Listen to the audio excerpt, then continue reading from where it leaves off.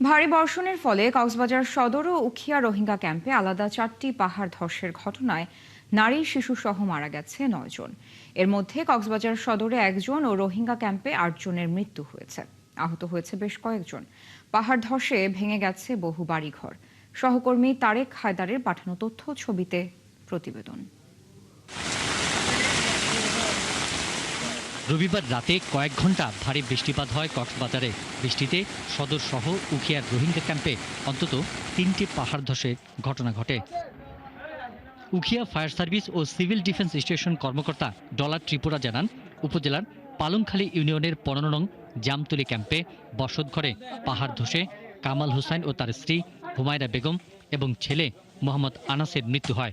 6 জন মানুষ ভিতরে মেডিকেল আসছে, 3 জন মারা গেছে, আর কোন জিয়াতা ভাই আমাদের ঘর মালামালকে সবগুলো কি হয়েছে মাটি নিচে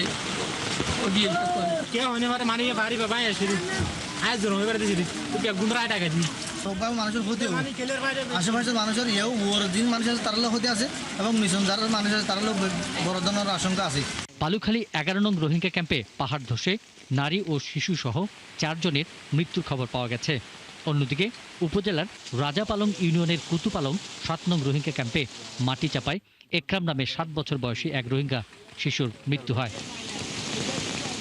এদিকে কক্সবাজার পৌরসভার 12 নম্বর ওয়ার্ডের সাত্তারঘোনা এলাকায় পাহাড় ধসে আলী আকবর নামে একজন মারা যান। আহত হয়েছেন তার পরিবারের 2 সদস্য। কেন হচ্ছে যে কি ওরা প্রতি বছর পাহাড় কেটে এখানে ফেলে, কি করে বৃষ্টি আসলে তখন পুরা পাহাড় ভেঙে এখানে মানুষের বাসে পড়ে। আমার আব্বুর হচ্ছে বাসার মধ্যে পড়ছে, পরে এখন আমার আব্বু কি একজন হচ্ছে মারা গেছে আপনার। আবহাওয়া অধিদপ্তরের তথ্য অনুযায়ী কক্সবাজারে গত 24 ঘন্টায় 150 মিলিমিটারের বেশি বৃষ্টিপাত রেকর্ড করা হয়েছে। পিন্টু হাজং, 71। এদিকে বৃষ্টিতে পাহাড় ধসের আশঙ্কায় চট্টগ্রাম, সেখানকার সবশেষ তথ্য আমরা জানবো। জানাতে যুক্ত হচ্ছেন সহকর্মী প্রণবেশ চক্রবর্তী। প্রণবেশ, ঝুঁকিপূর্ণভাবে যারা পাহাড়ে বসবাস করছে তাদের বিষয়ে এখন পর্যন্ত প্রশাসন কোনো সিদ্ধান্ত নিয়েছে কিনা এবং কি বলছেন পাহাড়ে বসবাসকারীরা, একটু বিস্তারিত জানাবেন সেখানকার বিষয়ে।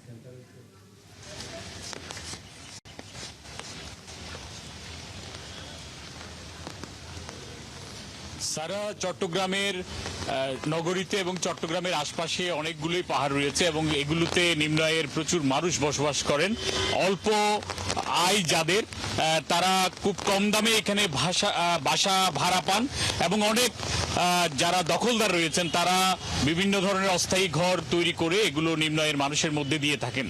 এই কারণে এখানে পাহাড় ধস বা ভূমিধস হয়ে এই ঘরবাড়িগুলো ভেঙে গিয়ে এখানে মানুষের মৃত্যুর ঘটনা প্রতি বছরই বর্ষার সময় ঘটে।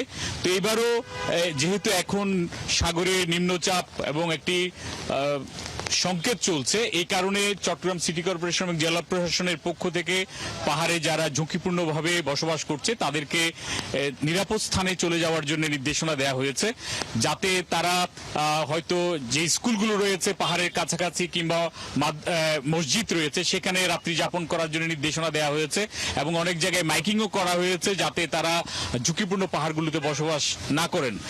তারপরও এখনো পর্যন্ত আসলে পাহাড়ে যারা বসবাস করেন তারা তাদের বাসস্থান ছেড়ে যাচ্ছেন না বা তারা এখানেই বসবাস করছেন। চট্টগ্রামে গতকাল রাত থেকে বৃষ্টি হচ্ছে, টানা বৃষ্টিপাত হচ্ছে, দুপুরের পর এখন গুড়ি গুড়ি বৃষ্টিপাত হচ্ছে। দুপুর 12টা পর্যন্ত চট্টগ্রামের যে পতেঙ্গা আবহাওয়া অধিদপ্তর রয়েছে তারা আমাদেরকে জানিয়েছিল যে 128.2 মিলিমিটার বৃষ্টিপাত হয়েছে এবং আমবাগান যে আবহাওয়া অফিস রয়েছে তারা আমাদেরকে জানিয়েছে 88 মিলিমিটার 24 ঘন্টায় বৃষ্টিপাত হয়েছে। তো এই বৃষ্টিপাত আরো অব্যাহত থাকবে কয়েকদিন এবং এই কারণে ভারী বৃষ্টিপাত চট্টগ্রাম এবং আশপাশে হবে। চট্টগ্রামের যেসব পাহাড়ি অঞ্চল রয়েছে সেখানে ভূমিধসের শঙ্কা এই কারণে রয়েছে, তাই পাহাড়ে বসবাসকারী সবাইকে নিরাপদ স্থানে সরে যাওয়ার জন্য নির্দেশনা চট্টগ্রাম সিটি কর্পোরেশন এবং জেলা প্রশাসনের পক্ষ থেকে রাখা হয়েছে। এবং প্রতি বছরই চট্টগ্রামে দেখা যায় যে ভূমিধসের কারণে, পাহাড় ধসের কারণে অনেক মৃত্যু এখানে ঘটেছে। এখানে কোনো বছর এটি 15-20 জন এবং সর্বোচ্চ 70-100 জন পর্যন্ত হয়েছে এরকম রেকর্ড। ধন্যবাদ যুক্ত হওয়ার জন্য। দর্শক, যুক্ত ছিলেন সহকর্মী প্রণবেশ চক্রবর্তী। চট্টগ্রামে পাহাড় ধসের আপডেট তিনি আমাদের জানাচ্ছিলেন। টানা বৃষ্টিতে সাঙ্গু নদীর পানি অস্বাভাবিক বৃদ্ধি পাওয়ায় থানচির 2 ইউনিয়নের সঙ্গে যোগাযোগ বিচ্ছিন্ন হয়ে গেছে। দুর্ঘটনা এড়াতে পর্যটন কেন্দ্রে ভ্রমণ নিষিদ্ধ করছে প্রশাসন। উপজেলা নির্বাহী কর্মকর্তা আব্দুল্লাহ আল ফয়সাল জানান, সোমবার সকাল থেকে স্রোত ও পানি বেড়ে যাওয়ায় নৌযান চলাচল বন্ধ করা হয়। এতে থানচি উপজেলা সদর থেকে তিন্দু ও রেমাক্রি ইউনিয়নের যোগাযোগ বন্ধ হয়। একই সঙ্গে উপজেলার সব পর্যটন কেন্দ্রে ভ্রমণের উপর সাময়িক নিষেধাজ্ঞা জারি করা হয়। এদিকে টানা বৃষ্টিতে থানচি বান্দরবান সড়কের নীলগিরি এলাকায় পাহাড় ধসে পর ফায়ার সার্ভিসের সদস্যরা মাটি সরিয়ে যান চলাচল স্বাভাবিক করে।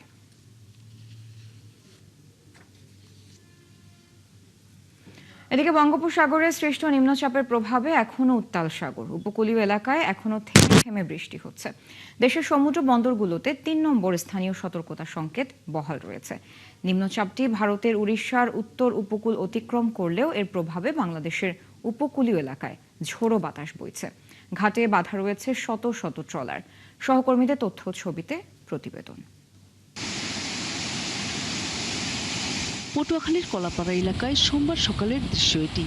উত্তাল সাগর, জোয়ারে বেড়েছে সমুদ্রের পানির উচ্চতা। বৈরী আবহাওয়ার কারণে ঝড়ো বাতাস বইছে। ঘাটে বাঁধা রয়েছে শত শত মাছ ধরার ট্রলার।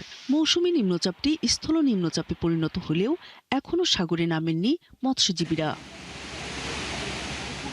আলিপুর মহিপুর মৎস্য বন্দর সহ কলাপাড়ার বাজারগুলোতেও তাই সামুদ্রিক মাছের সংকট দেখা দিয়েছে। থেমে থেমে বৃষ্টিতে সড়ক পথেও বন্ধ রয়েছে অধিকাংশ যানবাহন, ফলে বিপাকে যাত্রীরা। জাহাজ বাঁধতে রাখছি, কাজ কাম করতে পারতেছি না বৃষ্টির কারণে, গাড়ি চালাইতে পারতেছি না বৃষ্টির জন্য। কোনো মাছ কেউ ধরতে পারে না, রোডে কোনো মানুষজন আইতে পারে না। বৃষ্টিতে রাঙাবালী উপজেলার নিচু এলাকার কৃষি জমিতে পানি জমেছে। কোথাও কোথাও তলিয়ে গেছে আউশ ধান ও সবজি ক্ষেত। আবহাওয়া অফিস জানিয়েছে, পায়রা সহ সব সমুদ্র বন্দরকে 3 নম্বর স্থানীয় সতর্ক সংকেত দেখিয়ে যেতে বলা হয়েছে।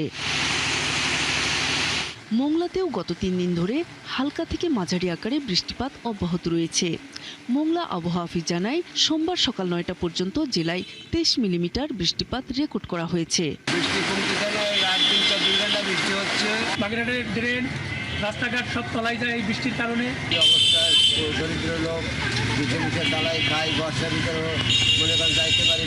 নিম্নচাপের প্রভাবে বাগেরহাটেও বৃষ্টি ঝরছে। এতে বেশি দুর্ভোগে পড়েছে শিক্ষার্থীরা। আগামী 2 থেকে 3 দিন বৃষ্টিপাত অব্যাহত থাকতে পারে বলে জানায় আবহাওয়া অফিস। জ্বর হয়, অনেক সর্দি কাশি হয়। বর্তমানে এই বৃষ্টিতে ভিজে আমি অসুস্থতে ভুগছি।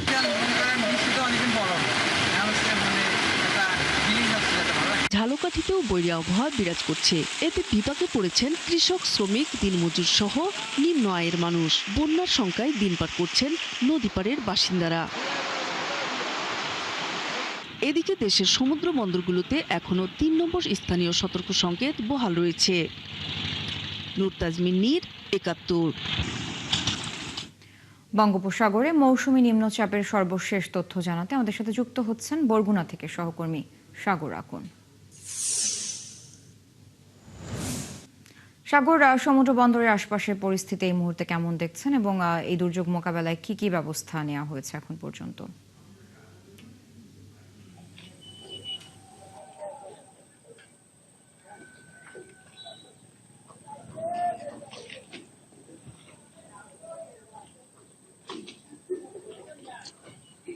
মেহজাবিন, আপনি যেমনটি বলছিলেন যে আসলে সকাল থেকেই আমরা দেখেছি যে নিম্নচাপের প্রভাবে বরগুনা উপকূলে কিন্তু মাঝারি থেকে শুরু করে ভারী বর্ষণ হয়েছে। এখন কিন্তু 30 মিনিট ধরে কিন্তু কোনো বৃষ্টি আমরা দেখতে পাচ্ছি না, যে এখন মোটামুটি আবহাওয়া কিন্তু ভালো দেখা যাচ্ছে এবং এখন বৃষ্টি নেই বললেই চলে, কিন্তু যে একটি ধমকা বাতাস সেটি কিন্তু রয়েছে এদিকে।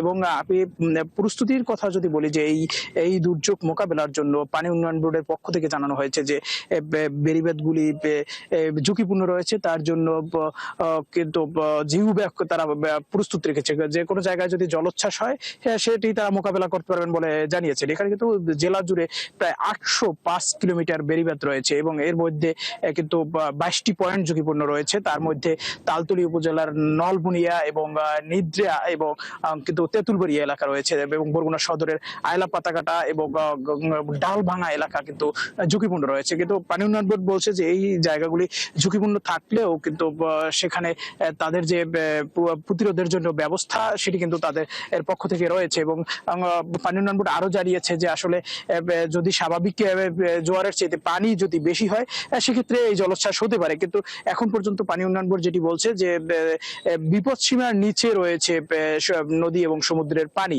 এবং বৃষ্টির কথা যদি বলি, আমি বৃষ্টির কথা যদি আজকের কথা পানি উন্নয়ন বোর্ডের যে বৃষ্টি পরিমাপক সেখান থেকে যে আমাদের তথ্য দিয়েছে যে 48 মিলিমিটার পর্যন্ত কিন্তু আজকে বৃষ্টিপাত হয়েছে। এই বরগুনা থেকে আমার কাছে সব শেষ ছিল। মেহজাবিন যুক্ত হওয়ার জন্য দর্শক। বরগুনা থেকে যুক্ত ছিলেন সহকর্মী সাগর আকুন। টানা 2 দিনের বৃষ্টিতেও চট্টগ্রাম নগরের নিচু এলাকাগুলোতে জলাবদ্ধতা হয়নি বলে মন্তব্য করেছেন Chittagong city mayor doctor Shahadat Hossain. সোমবার দুপুরে নগরীর জলাবদ্ধতা প্রবণ ও নিচু এলাকাগুলো সরেজমিনে পরিদর্শনে গিয়ে মন্তব্য করেন মেয়র ডাক্তার শাহাদাত। মাঠ পর্যায়ে বিশেষ তদারকির কারণে এটা সম্ভব হয়েছে বলে এ সময় বর্ষা মৌসুম জুড়ে ড্রেন ও খাল নালা পরিষ্কার রাখতে বিশেষ তদারকি চালিয়ে যাওয়ার জন্য সংশ্লিষ্ট বিভাগের কর্মকর্তা কর্মচারীদের প্রতি নির্দেশ দেন তিনি। এ সময় নগরীর খাল নালা পরিষ্কার রাখতে যত্রতত্র আবর্জনা না ফেলার জন্য নগরবাসীর প্রতি অনুরোধ জানান মেয়র।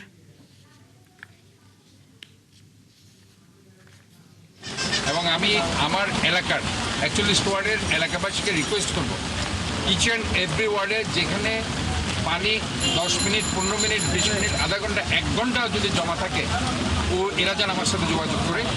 ইভেন অলিগলিতেও আমি চাই ওই জায়গাগুলোকে আমরা ইমার্জেন্সি বেসিস ওই নালাগুলো আমরা ক্লিন করি। অপরিকল্পিত বালু উত্তোলন ও প্রাকৃতিক দুর্যোগের কারণে তীব্র ভাঙনের কবলে পড়েছে বরগুনার তালতলির শুভ সন্ধ্যা সমুদ্র সৈকত। এরই মধ্যে সাগরে বিলীন হয়েছে সংরক্ষিত বনের গাছ, আর ভাঙনে সৌন্দর্য হারাচ্ছে সৈকত, যে কারণে বিমুখ হচ্ছেন পর্যটকরা। সাগর আকুনের তথ্য ছবিতে রিপোর্ট। বরগুনার তালতলী উপজেলা সদর থেকে প্রায় 15 কিলোমিটার দক্ষিণ পশ্চিমে নিশানবাড়িয়া ইউনিয়ন। এখানকারই নলবনিয়া এলাকায় খরস্রোতা পায়রা, বিষখালী ও বলেশ্বর নদীর মোহনায় রয়েছে শুভ সন্ধ্যা সমুদ্র সৈকত। এই সৈকতের প্রধান আকর্ষণ হল 5 কিলোমিটার দীর্ঘ বেলাভূমি। এছাড়া ঝাউ ও আকাশমণির বিশাল বন সৈকতের সৌন্দর্য বাড়িয়েছে। সৈকতটি এখনও তুলনামূলকভাবে জনবহুল নয়, যে কারণে পর্যটকরা বেশ নির্জন পরিবেশে প্রকৃতির সঙ্গে সময় কাটানোর সুযোগ পান। কিন্তু দিন দিন এই সৈকতটি তার সৌন্দর্য হারাচ্ছে। প্রাকৃতিক দুর্যোগের পাশাপাশি অপরিকল্পিত বালু উত্তোলনের কারণে সৈকতে ভাঙন বেড়েছে। তীব্র ভাঙনে উপড়ে গেছে কয়েক হাজার গাছ, আর বালু নেমে যাওয়ায় ভাঙনের ঝুঁকিতে পড়েছে অসংখ্য শ্বাসমূলীয় গাছ। বর্তমানে এর নদী ভাঙনের কারণে এই অঞ্চলটা অনেকটাই বিলীন হয়ে গেছে। স্থায়ী কোনো বাদ নাই। নদী ভাঙনের পর বছরের পর বন ভেঙে নদীতে বিলীন হয়ে গেছে। সৈকতের এমন অবস্থায় দূর দূরান্ত থেকে আসা পর্যটকরা পড়ছেন নানা ভোগান্তিতে। পাশাপাশি অনুন্নত যোগাযোগ ব্যবস্থা, সৈকতের অব্যবস্থাপনা, নিরাপত্তার ঘাটতি এবং হোটেল মোটেল না থাকায় দিন দিন পর্যটকের সংখ্যাও কমছে। এই জায়গার গাছগুলো ভেঙে পড়ছে, তাই একটু খারাপ লাগছে। আর একটা ওয়াশরুম নেই, আমরা চেঞ্জ করতে পারি না এই জামা কাপড়, এই জন্য খারাপ লাগছে। যদি একটু ওয়াশরুম থাকতো তাহলে খুব ভালো লাগতো, কিন্তু আমাদের এখানে এসে কুয়াকাটাই মনে হচ্ছে, সমুদ্রে ঢেউ খাচ্ছি। সরকারের কাছে প্রার্থনা করছি যে এখানে একটা হোটেল তৈরি করুক এবং একটা ওয়াশরুম তৈরি করুক, এখানে পর্যাপ্ত পরিমাণে গাছ লাগানো হোক। ভাঙন রোধে কার্যকরী পদক্ষেপ নিতে পানি সম্পদ মন্ত্রণালয়কে চিঠি দেওয়া হয়েছে বলে জানান উপজেলা নির্বাহী কর্মকর্তা। দীর্ঘদিন নদী ভাঙনের কারণে এখানে তালতলী বিচের সুবসন্ধ্যা বিচের দুর্ঘটনা কমে আসছে। তৎপ্রেক্ষিতে আমরা প্রশাসনের পক্ষ থেকে আমরা উপজেলা নির্বাহী কর্মকর্তা কার্যালয় থেকে আমরা পানি উন্নয়ন বোর্ডকে জানিয়েছিলাম। তৎপ্রেক্ষিতে তারা সেখানে সার্ভে করেছেন, তারা দেখভাল করেছেন। প্রশাসনের দেয়া তথ্য অনুযায়ী গত 4 বছরে শুভ সন্ধ্যা সৈকতে প্রায় 1.5 কিলোমিটার এলাকা এবং প্রায় 2 লাখ গাছ বিলীন হয়েছে। তবে এলাকাবাসী বলছেন এই সংখ্যা দ্বিগুণ। মনিরা কাজুরি, 71। নেত্রকোনায় বন্যায় ক্ষতিগ্রস্ত কৃষকদের মাঝে কৃষি ভর্তুকি বিতরণে অনিয়মের অভিযোগ উঠেছে। তালিকা থেকে বাদ পড়ায় ক্ষুব্ধ প্রকৃত ক্ষতিগ্রস্ত কৃষকরা। জেলা দুর্যোগ ত্রাণ কর্মকর্তা বলেছেন, তালিকার চেয়ে মন্ত্রণালয় থেকে বাজেট কম আসায় অনেকের নাম অন্তর্ভুক্ত করা যায়নি। আর কৃষি কর্মকর্তারা বলেন, ভুল ত্রুটি হতে পারে, সংশোধন করা হবে। সহকর্মী মির্জা হৃদয় সাগরের তথ্য ছবিতে প্রতিবেদন। সাম্প্রতিক বন্যায় নেত্রকোনার হাওড় অঞ্চলে তলিয়ে যায় হাজার হাজার একর ফসলি জমি। ক্ষতি কাটিয়ে উঠতে সরকার কৃষি প্রণোদনা কর্মসূচি চালু করে, কিন্তু সেই সহায়তা বিতরণেই দেখা দিয়েছে বিতর্ক। কৃষকের অভিযোগ, প্রকৃত ক্ষতিগ্রস্ত অনেকের নাম তালিকায় নেই। টাকার বিনিময়ে কার্ড দেওয়া হইতেছে, তো এজন্য আমি পাই নাই, কারণ আমি 2000 টাকা দিতেও পারি নাই, এজন্য পাইও নাই। আমার 50 কাঠা জমি হানির তলে আছে, আমি আজ পর্যন্ত একটা কার্ড পাই। এই আইডি কার্ড দেওয়া হয়েছিল কৃষি অফিসারের কাছে, কৃষি অফিসার বলছে উনি কার্ড পালাই দিছে নেতারা। উনি কোনো জমি নাই, তারপর উনি পাইছে, এক ঘরে 7টা পাইছে, তোমার পরিবারে পাইছে, তা আমার পরিবার না পাওয়ার মানে কি? চেয়ারম্যান তারা সবল, তারা চিহ্ন দিছে। যাই দিত আমরা খাইতাম, তাও আমরা হইলাম না। অন্য মানুষের দিতে পারে, তা আমরা কি চালের দুষ্ট করছিলাম। কৃষি কর্মকর্তারা বলছেন, কৃষকদের দুর্দশার কথা ভেবে দ্রুত তালিকা করা হয়েছে, তাই কিছু ভুল ত্রুটি থাকতে পারে। ক্ষতিগ্রস্ত তো সকলেই হয়েছে, এখন কম বেশি এটা কমিটি নির্ধারণ করেছেন। এটা স্পেসিফিক যদি আমাদের কাছে কেউ অভিযোগ করে তাহলে এটা আমরা খতিয়ে দেখতেছি।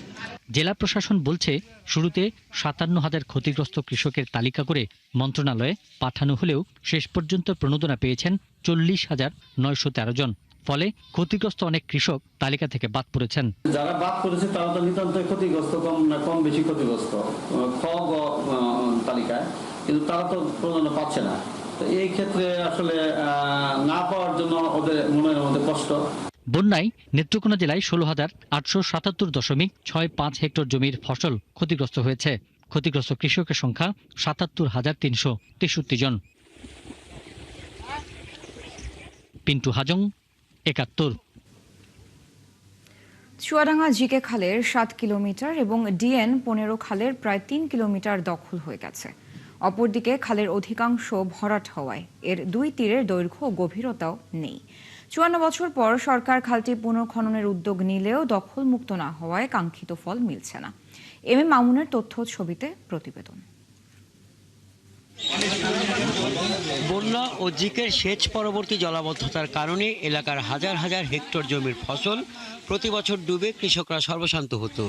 এলাকার ফসলি জমির জলাবদ্ধতা নিরসনে 70 দশকে তৎকালীন পানি উন্নয়ন বোর্ড এলাকার ফরিদপুর থেকে বেলগাছি পর্যন্ত 7 কিলোমিটার ডিএন 15 পানি নিষ্কাশন খাল খনন করে। অভিযোগ উঠেছে 7 কিলোমিটার খালের 3 কিলোমিটার দখল করে মাছ চাষ, মুরগির খামার ও বসতবাড়ি নির্মাণ হয়েছে। ওরা খালের মাঝখানে গাভী বেঁধেছে, খালটা ভিতরে নিয়েছে। আস্তে আস্তে সব বুঝে গিয়েছে, এখন খালটা তো এর সেই উঠার হবে, এরম হলে তো পানিটা পাস হবে না। যে যেমন পাইছে খালটা বুঝি দিয়েছে, পুষ্কুনি কাটি বুঝি দিয়েছে, বাড়ি করি বুঝি দিয়েছে, দখল করেছে। একদিকে দখল, অন্যদিকে দীর্ঘদিনও খালটির সংস্কারের অভাবে প্রায় ভরাট হয়ে খালের স্বাভাবিক প্রবাহ প্রায় বন্ধ হয়ে গেছে। সম্প্রতি সরকারের খাল খনন কর্মসূচিতে খালটি পুনঃখননের কাজ শুরু হলেও দখলের কারণে কাঙ্ক্ষিত ফল মিলছে না। ভবন তৈরি করেছে, কেউ খালের জায়গা দখল করে, কেউ হলো পুকুরের গাবি তৈরি করেছে, সেখানে কলা গাছ লাগাইছে। এই ফ্যাসিস্ট সরকারের যারা দখল করে আছে, এই খাল দখলমুক্ত হবে হয়ে এই এলাকার মানুষ এই খালে থেকে উপকৃত পাবে। এখানে যে সমস্ত মুরগির ফার্ম আমি শুনছি এবং গরুরও ফার্ম আছে, এগুলি উচ্ছেদ হবে। চুয়াডাঙ্গা পানি উন্নয়ন বিভাগের নির্বাহী প্রকৌশলী জানান, দখল হওয়া খালের জমি উদ্ধারে সংশ্লিষ্ট কর্তৃপক্ষকে জানানো হয়েছে। দখলমুক্ত করে খাল খননের বাকি কাজ সম্পন্ন করা হবে। আমরা জায়গাগুলো উদ্ধারের জন্য আমরা কার্যক্রম গ্রহণ করেছি। আমরা সংশ্লিষ্ট দপ্তরে যোগাযোগ করছি। আশা করি আমরা খুবই শীঘ্রই জমিগুলো উদ্ধার করে আমরা খাল খনন কার্যক্রম পুনরায় চালু করতে পারব। ডিএন 15 খাল দখলমুক্ত ও নিয়মিত রক্ষণাবেক্ষণের দাবি তুলেছেন এলাকাবাসী। হাসান আহমেদ, 71। বিগত সরকার শুধু জনগণের ক্ষতি করেনি, সবার বিশ্বাস ও দেশের প্রতিষ্ঠানও ধ্বংস করেছে বলে মন্তব্য করেছেন স্থানীয় সরকার ও পল্লী উন্নয়ন মন্ত্রী মির্জা ফখরুল ইসলাম আলমগীর। দুপুরে পল্লী উন্নয়ন দিবসে রাজধানীর ওসমানী স্মৃতি মিলনায়তনে এক আলোচনা সভায় একথা বলেন তিনি। মির্জা ফখরুল বলেন, শহীদ রাষ্ট্রপতি জিয়াউর রহমান বাংলাদেশকে দারিদ্র্য থেকে উত্তরণ করতে অল্প সময় যুগোপযোগী পদক্ষেপ নেন।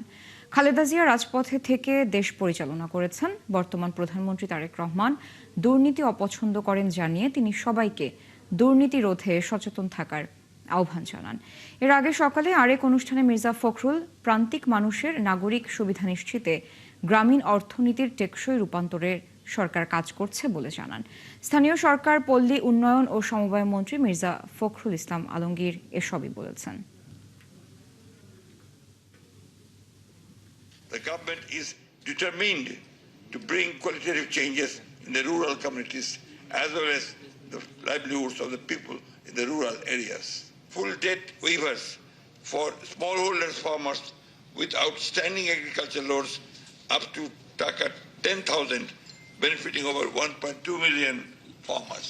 A nationwide canal excavation program to restore 20,000 kilometers of waterways over 5 years, boosting irrigation and agricultural productivity. We will build resilient, prosperous and empowered rural communities across Bangladesh. ডিসেম্বরে শিক্ষার্থীদের হাতে নতুন বই তুলে দিতে চায় সরকার। নভেম্বরের মধ্যে পূর্ণাঙ্গ প্রস্তুতি রাখার নির্দেশ দিয়েছেন প্রধানমন্ত্রী তারেক রহমান। বছর শেষে চূড়ান্ত পরীক্ষার পর শিক্ষার্থীরা নতুন বই হাতে পাবে বলে জানিয়েছেন শিক্ষামন্ত্রী আনম এহসানুল হক মিলন। সকালে সচিবালয়ে প্রধানমন্ত্রীর সঙ্গে পাঠ্যপুস্তক প্রকাশ কার্যক্রমের অগ্রগতি পর্যালোচনা সংক্রান্ত সভা শেষে তিনি এ কথা জানান। প্রশ্নের জবাবে মন্ত্রী জানান, দ্রুত বই ছাপানোর কাজ শুরু করতে আগস্টের শুরুতেই কার্যাদেশ দেয়া হবে। কারিকুলামে কিছুটা পরিমার্জন আসছে জানিয়ে শিক্ষামন্ত্রী বলেন, এবার আলাদা আলাদা শ্রেণীতে 4টি নতুন বই আসছে। সরকারের নতুন সিদ্ধান্ত অনুযায়ী ভাষা শিক্ষায় শিক্ষক নিয়োগ চ্যালেঞ্জিং বলেও জানান শিক্ষামন্ত্রী।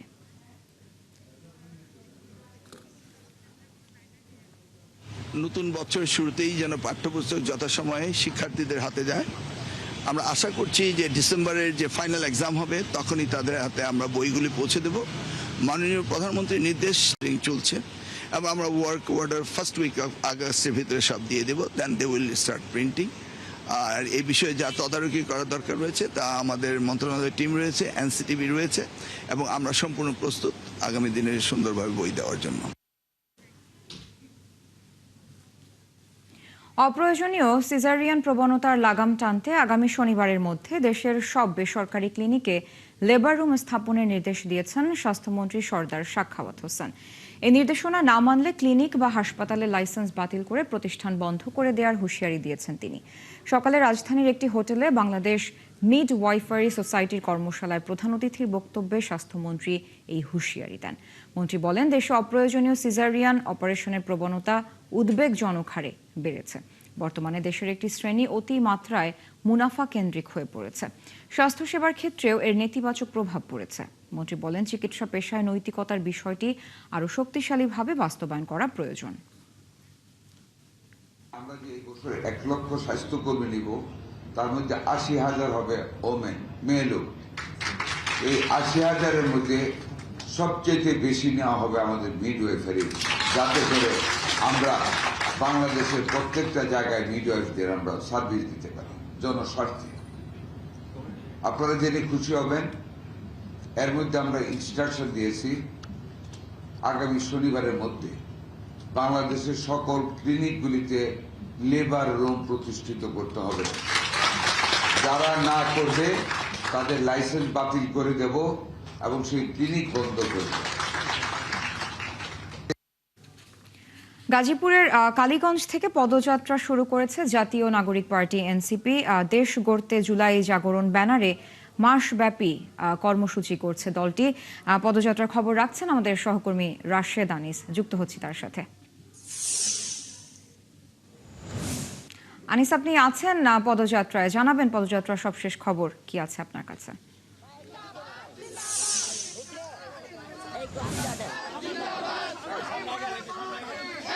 সারা আজ থেকে এনসিপির যে দ্বিতীয় দফা যে পদযাত্রা, মানে দ্বিতীয় বছরের যে পদযাত্রা, সেটি শুরু হলো। 100টি উপজেলায় তারা পদযাত্রা করবেন এবং 31 জুলাই পর্যন্ত তারা পদযাত্রা করবেন। আমরা কিন্তু দেখছি যে এনসিপির যারা নেতারা রয়েছেন তারা সবাই কিন্তু এখানে আছেন। আমি যদি প্রথমেই সদস্য সচিব আক্তার হোসেনের সাথে কথা বলি, দ্বিতীয়বারের মতো পদযাত্রা শুরু হলো, কি মনে হচ্ছে, কেমন সাড়া পড়বে? গেল বছর তো আসলে 64 জেলায় করা হয়েছে। জুলাইয়ের 2 বছর পূর্তি হতে চলেছে। সেই জুলাই মাসে গত বছরের ন্যায় এবারও আমরা পদযাত্রায় বেরিয়েছি। আজকে গাজীপুরের কালীগঞ্জে আমাদের পদযাত্রার কর্মসূচি শুরু হলো। ইতিমধ্যে এখানে মানুষের ঢল নেমেছে, অনেকেই আসছেন, সাধারণ মানুষেরা যারা আছেন তারাও আসছেন। আমরা এবারের জুলাই পদযাত্রার সময়টাতে যে গণভোটের রায়, সেই রায়কে যে বাস্তবায়ন করা হয়নি এখন পর্যন্ত, সেই বিষয়টাতে আমরা গুরুত্ব দিচ্ছি। পাশাপাশি আমরা জুলাইয়ের সময়টাতে খেয়াল করে দেখছি যে এখনো পতিত ফেসিবাদীরা অনেকেই জুলাই অভ্যুত্থানকে ভুলিয়ে দেওয়ার চেষ্টা করছে নানাভাবে। আপনারা টোটাল 5টা বিষয়ের উপর প্রাধান্য দিয়ে এবারে পদযাত্রা করছেন। বিদ্যুৎ বিলের দাম বাড়ানো সেটিও আছে। আমরা যদি একটু নাইদ ইসলামের সাথে কথা বলি, না আমরা লাইভে আছি, যদি একটু বলেন যে এই পদযাত্রা এবছরের কেমন সাড়া পড়বে? আমরা তো শুরু করলাম এবার আমরা উপজেলা পর্যায়ে। এবারে পদযাত্রার লক্ষ্য হচ্ছে যে জুলাই গণঅভ্যুত্থানের 2য় বর্ষ উপলক্ষে এই সময় দেশের মানুষের যে সংকটগুলা, সেই সংকটগুলো নিয়ে আমরা মানুষকে ঐক্যবদ্ধ করতে চাচ্ছি। যেমন গণভোটের রায় বাস্তবায়ন, তারপরে হচ্ছে বিদ্যুতের যেই সংকট, সেই সংকট নিরসন, দ্রব্যমূল্য নিয়ন্ত্রণ, কর্মসংস্থান এবং সীমান্ত সুরক্ষা। 5টা দাবি নিয়ে আমরা মানুষের কাছে যাচ্ছি। জুলাই মানে হচ্ছে জনগণের দাবি নিয়ে রাস্তায়। সব মিলে আসলে কি মনে করছেন এই জুলাই নিয়ে নাগরিক পার্টি, জাতীয় নাগরিক পার্টির যে অভ্যুত্থান, সেই অভ্যুত্থান এখনো শেষ হয়নি, সেটি চলমান থাকবে এবং সংস্কার এবং বিচার আপনারা আদায় করে ছাড়তে পারবেন? এখানকার সাধারণ মানুষ তো গণভোটের পক্ষে, সংস্কারের পক্ষে ভোট দিয়েছে। এই সরকার সংস্কারের বিপক্ষে অবস্থান নিয়েছে, ফলে অবশ্যই জনগণ মাঠে নামবে এবং সংস্কারের দাবি আদায় করে ছাড়বে। কথা বলছিলাম নাইদ ইসলামের সাথে। আমরা যদি একটু সার্জিস আলমের সাথে কথা বলি, সার্জিস আলমেরই কিন্তু দায়িত্ব এই যে পদযাত্রা হচ্ছে। সার্জিস, যদি একটু ছোট করে জানতে চাই এই পদযাত্রার লক্ষ্য এবং উদ্দেশ্য। আমরা জনগণের যে কাঙ্ক্ষিত চাওয়া পাওয়াগুলো, জনগণ যে বিষয়গুলোর কারণে ভোগান্তির শিকার হচ্ছে, সেগুলো জনগণের মুখ থেকে আমরা শুনতে চাই, সেগুলো পুরো দেশের কাছে, সরকারের কাছে আমরা পৌঁছে দিতে চাই। একই সাথে সাংগঠনিক পর্যায়ে এনসিপিকে শক্তিশালী করার জন্য আমাদের গতবার আমরা জেলা পর্যায়ে পদযাত্রা ছিল, এবার উপজেলা পর্যায়ে করছি। আমরা প্রত্যেকটি ইউনিয়নে, ওয়ার্ডে যেতে চাই। আমরা মনে করি আগামী 5 বছর আমরা যদি এভাবে রাস্তায় রাস্তায় হাঁটতে পারি, মানুষের কাছে যেতে পারি, এনসিপি বাংলাদেশের সবচেয়ে বড় রাজনৈতিক সংগঠন হিসেবে দাঁড়িয়ে যাবে। সাজিস আলম বলছিলেন আগামী 5 বছর এভাবেই তারা রাস্তায় প্রতিবাদ করতে চান এবং পদযাত্রা করতে চান, তাহলেই তারা একটি বড় দল। রাশেদ, ধন্যবাদ যুক্ত হওয়ার জন্য। দর্শক, গাজীপুরের কালীগঞ্জে এনসিপির পদযাত্রা থেকে যুক্ত হয়েছিলেন সহকর্মী রাশেদ আনিস। একসময় বিশ্বের শীর্ষ অবস্থানে থাকা দেশের জাহাজ ভাঙা শিল্পকে আবারও সামনের সারিতে ফিরিয়ে আনতে কাজ করছে সরকার। চট্টগ্রামের শিপ ব্রেকিং ইয়ার্ড পরিদর্শনে এসে এমন আশ্বাস দিয়েছেন শিল্প ও বাণিজ্য মন্ত্রী খন্দকার আবুল মুক্তাদির। এ সময় উৎপাদন বাড়িয়ে শিল্প খাতে গ্যাস সংকট মেটাতে সরকার চেষ্টা করছে বলেও তিনি জানান। জহিরুল ইসলামের ক্যামেরায় আরও জানাচ্ছেন রাজীব বড়ুয়া। চট্টগ্রামের সীতাকুণ্ডে কয়েকটি শিপ ব্রেকিং ইয়ার্ড পরিদর্শনে এসে শিল্প ও বাণিজ্য মন্ত্রী খন্দকার আবুল মুক্তাদির শিল্প খাতের বর্তমান পরিস্থিতি নিয়ে কথা বলেন। এই সময় তিনি দেশের শিল্পায়নের পথে অন্যতম বড় চ্যালেঞ্জ হিসেবে গ্যাস সংকটের বিষয়টি তুলে ধরেন। মন্ত্রী জানান, উৎপাদন বাড়িয়ে শিল্প খাতে গ্যাস সংকট মেটানোর চেষ্টা করছে সরকার, তবে রাতারাতি উৎপাদন বাড়ানো সম্ভব নয়। জ্বালানির ব্যাপারটা আমরা উত্তরাধিকার সূত্রে পেয়েছি, এটা সমাধানটা এত সহজ না, কারণ আমরা যে পরিমাণ গ্যাস ব্যবহার করি এখন প্রায় 1600 MMCFD আমাদের শর্টেজ থাকে। ইচ্ছা করলেও এটা নাটকীয়ভাবে বৃদ্ধি করা যাবে না, কারণ যে 2টা FSRU আছে তার একটা নির্দিষ্ট ক্ষমতা আছে এবং আরেকটা FSRU যোগ করলে এই পাইপলাইনটা, গ্রিড লাইনটাও এক্সস্টেড হয়ে যাবে। পরে দেশের জাহাজ ভাঙা শিল্প নিয়েও কথা বলেন শিল্পমন্ত্রী। বলেন, পাশাপাশি বাংলাদেশ জাহাজ ভাঙা শিল্পে যেন আবারও শীর্ষস্থান নিতে পারে সেই কাজও চলছে। বৈশ্বিক চাহিদা অনুসারে এই শিল্প পরিচালনায় উদ্যোক্তাদের গ্রিন সার্টিফিকেট নিতে হবে। যে উপায়ে বৈজ্ঞানিক পদ্ধতিতে কাজ করা হয়, কমপ্লায়েন্সের high criterion, high standard maintain করা হয়, এটা যে কারোর জন্য একটা গর্বিত হওয়ার মতো একটা ব্যাপার। তো আমরা চাই আমাদের এই গ্রিন লাইসেন্সধারী ইয়ার্ডগুলির মতো অন্য যারা ব্যবসা করবেন তারাও সবাই গ্রিন লাইসেন্স নিয়েই সেই মানে এসে তারপরে ব্যবসা পরিচালনা করবে। পরে মতবিনিময় সভায় উদ্যোক্তারা জানান, পরিবেশগত মানদণ্ড ও আন্তর্জাতিক কমপ্লায়েন্সে উন্নয়ন হলেও নীতিগত জটিলতায় শিল্পটি পিছিয়ে পড়ছে। ব্যাংকিং সুবিধা পেতেও জটিলতায় পড়তে হচ্ছে। গ্রিন ফাইন্যান্সিংটা ট্যাপ করতে হলে কোনো ইন্ডাস্ট্রি যদি রেড ক্যাটাগরিতে থাকে তাহলে ওই ইন্ডাস্ট্রিকে এই ফাইন্যান্সিংটা দেয় না। তো আমরা স্যারকে বলেছি যে স্যার আপনি যদি আমরা অরেঞ্জ ক্যাটাগরিতে চলে আসি, তাহলে এই গ্রিন ফাইন্যান্সিংটা যেই সব ইয়ার্ডগুলো বন্ধ আছে ওরা অ্যাপ্লাই করে নিতে পারবে এবং এগুলো লং টার্ম লোন 5 বছর 7 বছর পরে রিপেমেন্ট আসে। সবশেষে বিভিন্ন মন্ত্রণালয়ের সমন্বয়ে বন্ধ ইয়ার্ডগুলো পুনরায় চালুর দাবি জানান সংশ্লিষ্টরা। রাজীব বড়ুয়া, ৭১, চট্টগ্রাম। ইতিহাস শেষ হয় না, ফিরে ফিরে আসে এক প্রজন্ম থেকে আরেক প্রজন্মের কাছে। স্বৈরাচার বিরোধী অভ্যুত্থানের অভিজ্ঞতায় সিদ্ধ জাতীয়তাবাদী ছাত্রদলের নতুন প্রজন্মের কাছে তেমনি ২৪-এর জুলাই গণ অভ্যুত্থান। সবসময় সামনে আবার কখনো নেপথ্যে থেকে এই অভ্যুত্থানে মূল চালিকা শক্তি ছিল ছাত্রদল।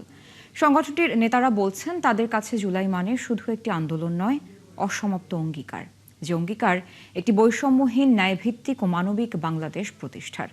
শফিকুল হকের বিশেষ রিপোর্ট।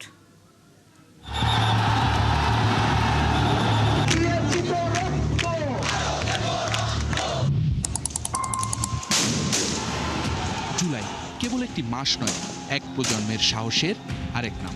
রাজপথে দলমতের পরিচয় ছাপিয়ে উঠে এসেছিল একটি মাত্র পরিচয়, বাংলাদেশ, যেখানে প্রতিটি স্লোগান ছিল পরিবর্তনের আর প্রতিটি পদক্ষেপ ছিল অনিশ্চিত ভবিষ্যতের দিকে সাহসী এক যাত্রা।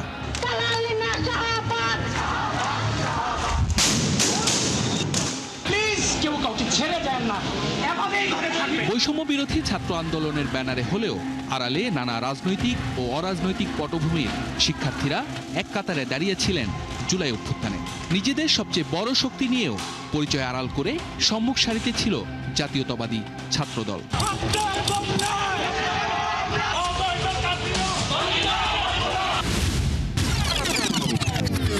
জুলাই অভ্যুত্থানে সবচেয়ে বড় চ্যালেঞ্জ ছিল আন্দোলনকে রাজনৈতিক রং লাগতে না দেন। ছাত্রদলের কেন্দ্রীয় নেতারা বলছেন সাংগঠনিক শক্তি নিয়েও সামনে রাখা হয়েছিল একটি নির্দলীয় প্ল্যাটফর্মকে।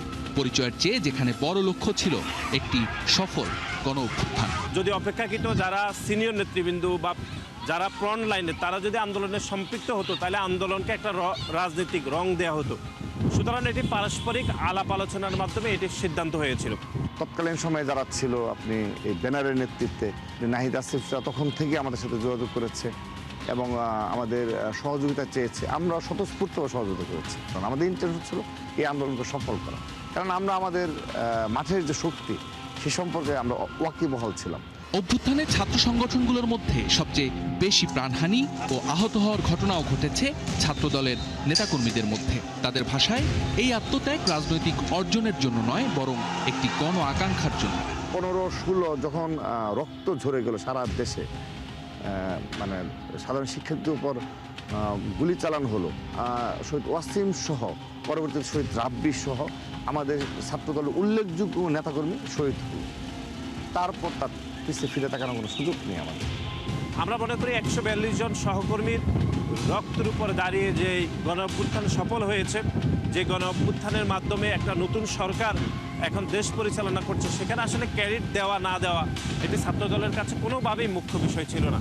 গণ অভ্যুত্থানের বিজয় কোনো একক সংগঠনের হতে পারে না। এটি ছিল অসংখ্য শিক্ষার্থী, সাধারণ মানুষ এবং আত্মত্যাগী মানুষের সম্মিলিত অর্জন।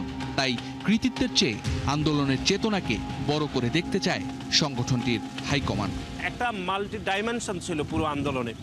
আমরা লক্ষ্য করেছি যে জুলাইয়ের 5 তারিখ গণ অভ্যুত্থান সফল হওয়ার পরে একটি গোষ্ঠী যারা পুরো আন্দোলনের ক্রেডিট বা মালিকানা নিজেরাই ছিনতাই করার জন্য একটা অপচেষ্টা সবসময় ছিল, এবং এমনও হয়েছে যে আন্দোলনে কোনো ভূমিকা না রেখেও অনেকে আন্দোলনের ফসল গড়ে তুলেছে, এরকম আমরা দেখেছি।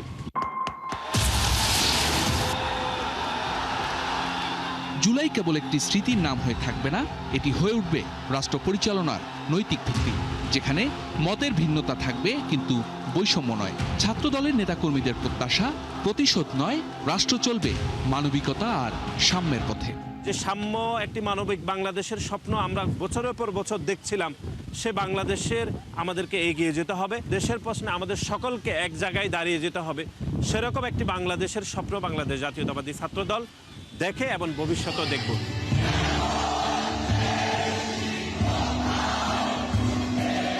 শফিকুল হক, ৭১, ঢাকা।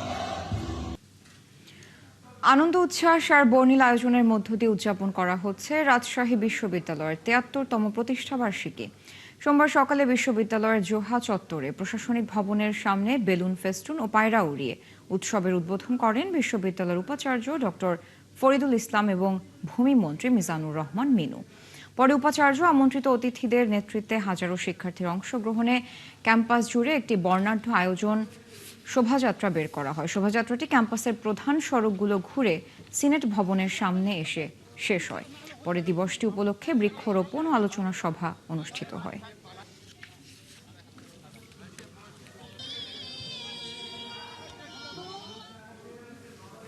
বিশ্ববিদ্যালয়কে একটি ছাত্রী বান্ধব শিক্ষার্থী বান্ধব বিশ্ববিদ্যালয়ে পরিণত করা, পাশাপাশি এই বিশ্ববিদ্যালয়ের শিক্ষা এবং এডুকেশন এবং রিসার্চের মান বিশ্বের দরবারে করা। আপনারা দেখেছেন যে আমরা রিসার্চে গবেষণায় দেশ সেরা হয়েছি এবং আগামী দিনগুলোতে রিসার্চ এডুকেশনে এই বিশ্ববিদ্যালয় দেশের সমাজে অর্থনীতিতে অগ্রণী ভূমিকা পালন করবে। ঝিনাইদহে বিকেএসপির আঞ্চলিক ক্যাম্পাসের সম্ভাব্য স্থান নির্ধারণে জায়গা পরিদর্শন করেছে বিকেএসপি ও ক্রীড়া মন্ত্রণালয়ের বিশেষ টিম। সোমবার সকালে ঝিনাইদহের শৈলকুপা উপজেলার মোহাম্মদপুর, দুধসর, চাঁদপুর আবাসন এলাকা পরিদর্শন করেন টিমের সদস্যরা। বিকেএসপির আঞ্চলিক ক্যাম্পাস নির্মাণের মাধ্যমে দেশের দক্ষিণ পশ্চিমাঞ্চলের জেলাগুলোর তরুণরা খেলাধুলা ও শরীরচর্চার প্রাতিষ্ঠানিক শিক্ষা সহজ হবে বলে দাবি করেন স্থানীয় নাগরিকরা। পরিদর্শন শেষে টিমের প্রধান বিকেএসপির পরিচালক গোলাম মাবুদ হাসান জানান, প্রাথমিক পরিদর্শনে দুটি স্থান উপযোগী মনে হয়েছে। মন্ত্রণালয়ের রিপোর্ট জমা দেওয়ার পরে দ্রুততম সময়ে আঞ্চলিক এই ক্যাম্পাসের নির্মাণ কাজ শুরু হতে পারে বলে জানান বিকেএসপির এই কর্মকর্তা। এখন এই মুহূর্তে একটা জায়গা আমরা দেখলাম এই টেকনিক্যাল ইনস্টিটিউশনের পাশে। এরপরে আরও মধ্যে আমাদেরকে বললেন যে আরও 2টা জায়গা হতে পারেন, আমাদেরকে দেখাবেন। এই সবগুলো দেখার পরে আমরা একটা ফিজিবিলিটি স্টাডি করে আমরা একটা রিপোর্ট জমা দেব মন্ত্রণালয়ে। তারপরে থেকে এটার অ্যাকচুয়ালি কার্যক্রম শুরু হবে। চলছে দেশ চোখ। সরাসরি সংবাদ অনুষ্ঠান দেখতে চোখ রাখুন ৭১ ফেসবুক পেজ এবং সাবস্ক্রাইব করুন ৭১ ইউটিউব চ্যানেল। থাকুন ৭১ এর সাথে।